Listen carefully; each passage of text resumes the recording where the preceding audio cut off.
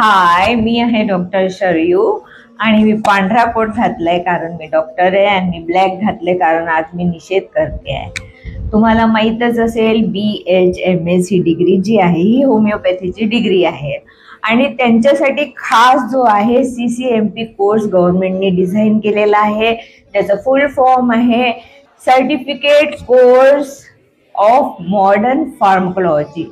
आता ह्या कोर्सच्या अंतर्गत होमिओपॅथीचे जे विद्यार्थी आहेत त्यांना मॉडर्न मेडिसिन जे आहे ते शिकवले जाणार आहे. त्याच्यामध्ये आहे जनरल फार्मॅकोलॉजी, जनरल मेडिसिन, मग इवन कार्डिओव्हॅस्क्युलर फार्मास्युटिकल ड्रग सुद्धा त्यांना शिकवण्यात येणार आहेत.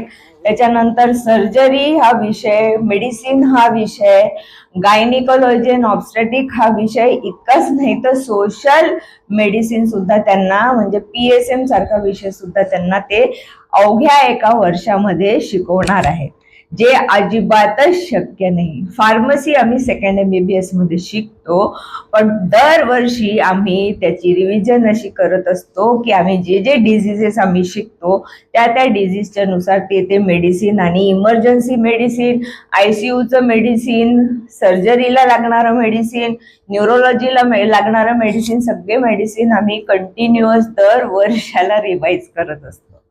तर हा निषेध ह्याच्यासाठी आहे की एक तर हा का तयार केलेला आहे, कारण जे DHMS आहे होमिओपॅथी वाले विद्यार्थी आहे त्यांना होमिओपॅथी मध्ये विश्वास नाहीये. नंबर 2, ज्यांचे हे कॉलेजेस आहेत ते सगळे राजकीय लोक आहेत आणि त्यांना सुद्धा यांच्या पॅथीमध्ये विश्वास नाही आणि म्हणून हे कोर्सेस डिझाईन केलेले असतात. तर एक साधा प्रश्न आहे, जर तुम्हाला तुमच्या पॅथीमध्येच जर विश्वास नसेल तर मग हे कॉलेजेस काय कामाचे, आणि जर मग विश्वास असेल तर मग या पॅथीचं काय काम आहे, म्हणजे ह्या कोर्सचं काय काम आहे. इथेच आमचा प्रश्न आहे, कारण नीट सारखी परीक्षा दिल्यानंतर जे काही विद्यार्थी MBBS ला जातात आणि नंतर ग्रॅज्युएशन आणि पोस्ट ग्रॅज्युएशन केल्यानंतर फील्ड मध्ये जेव्हा ते बसतील तेव्हा त्यांची कॉम्पिटिशन कोणासोबत होणार आहे.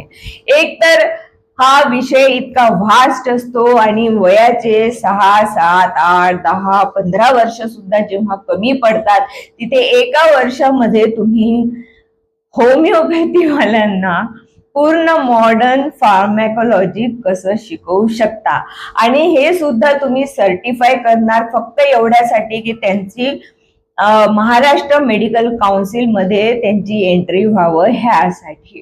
पण जर तुम्हाला तुमच्या पॅथीवर विश्वास नाहीये, जर जे कॉलेजेस काढतात त्यांना सुद्धा ह्या सगळ्या गोष्टींवर विश्वासच नाहीये, तर मग हे कॉलेज कशासाठी, हा सरळ आणि साधा प्रश्न आहे. त्यासाठी आम्ही सगळे प्रायव्हेटचे डॉक्टर्स आणि माड यांनी आज म्हणजे मार्च काढला, मोर्चा काढला, हॉस्पिटल बेमुदत आम्ही बंद ठेवलेले आहे. IMA हॉल मधनं आमची ही आमचा हा मोर्चा हा गिरनार चौकात आला. गिरनार चौक मधनं आम्ही गांधी चौकात आलो आणि तिथून मग पुढे आम्ही गेलो. तर हा जो पूर्ण आमचा मार्च होता हा आम्ही एक निषेध मार्च म्हणून केलेला आहे. तरी शासनाने या गोष्टीची दखल घ्यावी.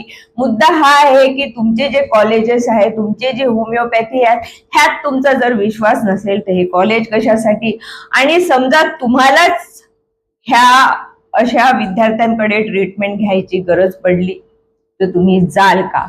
दुसरी गोष्ट आहे, जर तुम्हाला हा प्रश्न आहे की खेड्यापाड्यांमध्ये डॉक्टर्स नसतात आणि डॉक्टर्स नसल्यामुळे त्या ठिकाणी ते लोक सेवा देतील, तर मग हे असं अर्धवट ज्ञान घेऊन त्या गरीब लोकांवर, त्या खेड्यातल्या लोकांवर प्रयोग कशाला, हा माझा प्रश्न आहे. धन्यवाद. झालं.